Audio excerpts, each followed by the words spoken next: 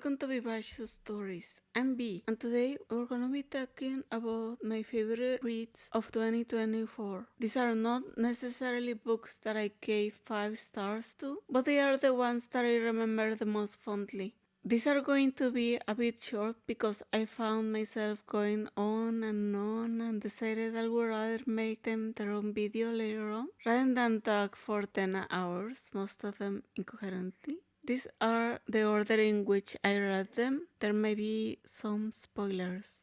The House in the Cerulean Sea by T.J. Klune. This is about a social worker that is tasked with determining if everything is going to be alright with 6 magical kids in an island orphanage or if they are gonna bring around the end of the world. Found family is one of my weaknesses, and this book was doing its best to give me crow's feet. I smiled so much through it. It's extremely sweet, cozy, and very relaxing, so you have to be in a mood for that when reading it. The children were distinct from each other, but all were lovable in their own ways. My personal favorite was Chansey, a green blob that dreams of being a bellhop. He was such a cute kid. I was ready to adopt him and give him all the love. The romance is light but cute. There wasn't much focus on it, and it was fine because the highlights were the children. It's just such an adorable read. I had none of the problems with the humor or characters like I tend to do with other Gloom books. It might be the best I've read from him. Yumi and the Nightmare Painter by Brandon Sanderson with Aliyah Chen as illustrator. It's about a young man and woman living in 2 very different worlds whose souls start switching bodies. It started a bit slow and sad, so I considered dropping it because that can get me in a slump, but I am glad I didn't because it picked up at around 3%. It was a nice short story about 2 sad, lonely people helping each other and growing. Seeing Yumi experience freedom for the first time was adorable. The art in the book was fantastic, and there is a lot of love for art in the writing. I really related to the main character's struggle of not being able to work on what he loves anymore, to the point of not being able to even talk about it or look at it. Also, one of my favorite parts was the way it was trashing AI art. Every time it happened, it would put a smile on my face, and it was happening often. The Saga Omnibus by Hugh Howey. There were some pros and cons to this one. It was definitely a mistake to get the omnibus from the library. It was around 1700 pages and 21 days to read it while I had a visitor at home. It's a very heavy series, and I wish I could have read it more slowly to digest it better. Right away, it got a bit disturbing and it did not get better. I say that in a good way. The omnibus includes the books Wool, Shift, and Dust, as well as essays by the author and short stories. It's about a post-apocalyptic world where people live in a large underground silo because the outside world is too toxic to support life and their fight to discover the truth and get out of there. The characters were complex and all got humanized, and the setting was interesting. Even as the war broke out in Silo 18, you could understand motivations on both sides. There were a lot of tense moments, some left me horrified with my stomach rolling, since there was this feeling that anything could happen. I actually thought I was going to be sick when the religious people got a hold of the little girl, Elise. I read like 3 sentences in 3 days because I couldn't handle the stress. There was some social and political commentary that I would like to get back to and pick at some point. Despite all of this, even when things were at their darkest, there was this undercurrent of hope and resilience that kept it from being too dark. The reason I'm glad I picked the omnibus up is because I would sometimes feel the middle book was dragging, and I know I would have postponed continuing the series at this point. There were some writing choices I didn't understand and elements that I did not care for until they fully paid off in their third book, and I was able to appreciate why they had been necessary. The dread I experienced would not have been the same had they not been there. They'll still be a drag on reread though. At the end of the day, it was a series that made me feel a lot, and that is always appreciated. I recently heard there is going to be a new trilogy about Silo 40, and I'm very excited about it because I was sitting up all the crumbs about that silo and disappointed we didn't get to see more. The Wager, A Tale of Shipwreck, Mutiny, and Murder by David Cran. I feel a bit guilty for liking this one as much as I did for the reasons I did. I had more sympathy for some people than others. It's a non-fiction true crime about a British ship in 1740 during a conflict with Spain. I'm sorry, but I was enjoying getting all the morbid details, the infighting, the finger pointing, everyone at each other's throats, the betrayal, the chaos, how the British Empire had to pretty much give them a slap on the wrist and sweep the scandal under a rug because their excuse for colonization was that they were more civilized and morally superior, and the events here undermine that message. A Lady's Guide to Fortune Hunting by Sophie Irwin. An enemies to lovers that is an actual enemies to lovers? Absolutely delightful. Very refreshing in the wave of books I picked that like to me about this. It's a historical romance about a girl that is an older sister and could end in ruin because her late father's death. So she needs a rich husband to solve this problem and help ensure a better future for her sisters. Our girl is on a time limit when her rich boyfriend dumps her, and so she goes to London for the season. She right away gets a young, rich fool to fall for her.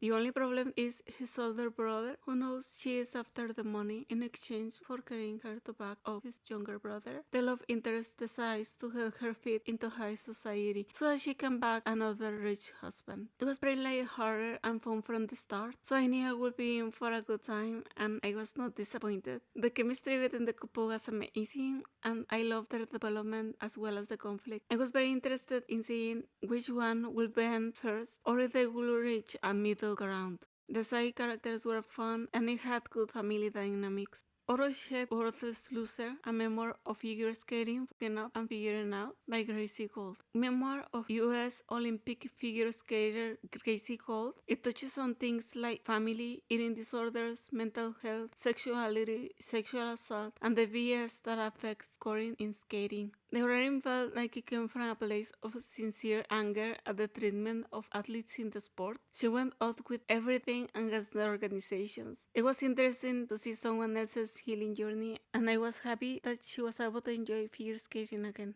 My Fair Brady by Brian D. Kennedy. I adore this. It was funny and cute, and the characters were lovable. It was a dual POV YA retelling of My Fair Lady, and while I like both boys, I really latched onto Elijah.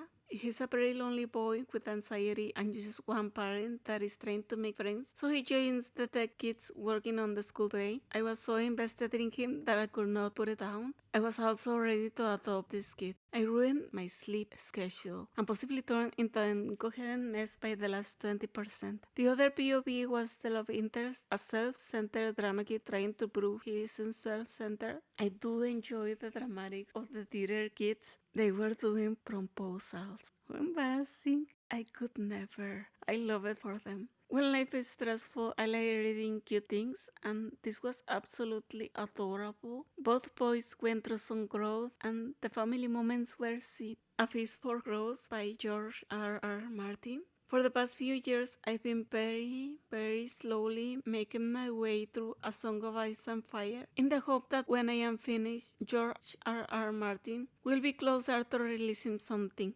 Either Winds of Winter or Fire and Blood or the next Duncan Egg. As long as he is alive, I will keep my hope.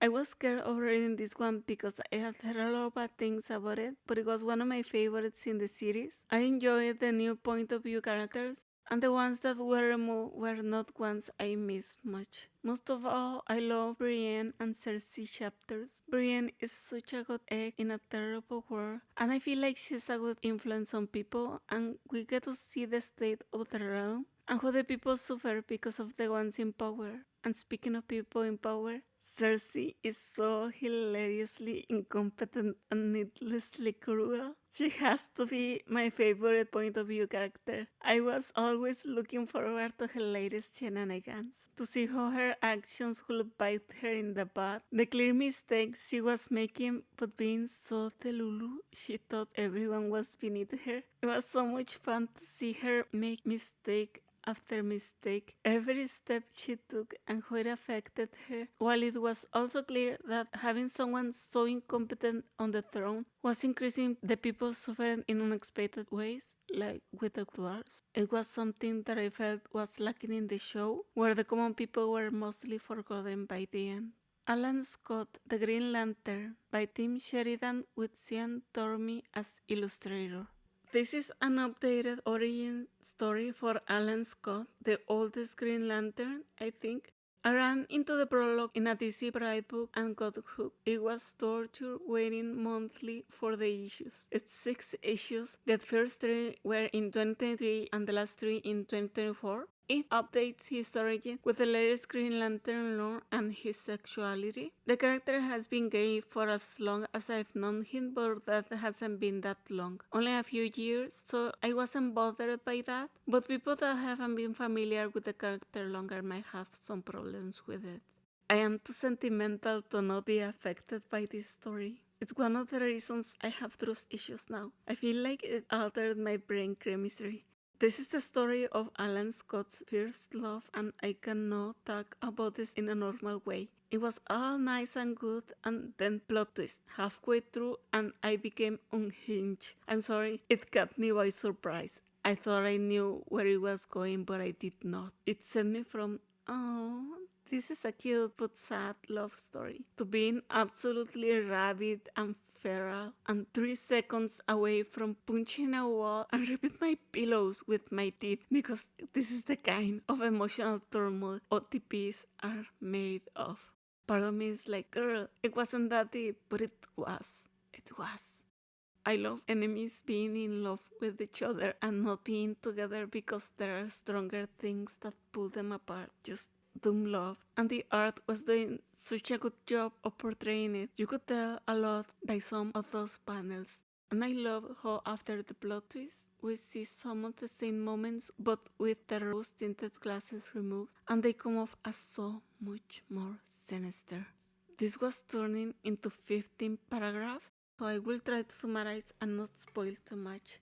Aside from the love story, I really loved the friendship with some of the members of the Justice Society of America and how they helped in his journey of acceptance, as well as his relationship with the other people from the community. Also, his struggle of being a superhero and making criminals face the law, while himself being considered a criminal for who he loves, and the reasoning for why he was giving his power. I had a bit of a problem with the ending, but it wasn't bad. It was mostly that it made me sad, but things aren't always linear, and that's fine. These were some of my favorites of the year 2024. There was some variety, but something they have in common is that they made me feel a lot. Be it fun, love, deep sadness, absolute horror, the pleasure and satisfaction on some good ancient tea, or this weird high because the characters touch hands. Like I said in my newbie video, I'm not a person that feels much in the day-to-day, which is for the best, honestly. So when books get me feeling, it is something that I really appreciate and recall fondly. That being said, I'm a bit embarrassed about how I reacted to the Alan Scott comic. Like, I cannot be normal about this.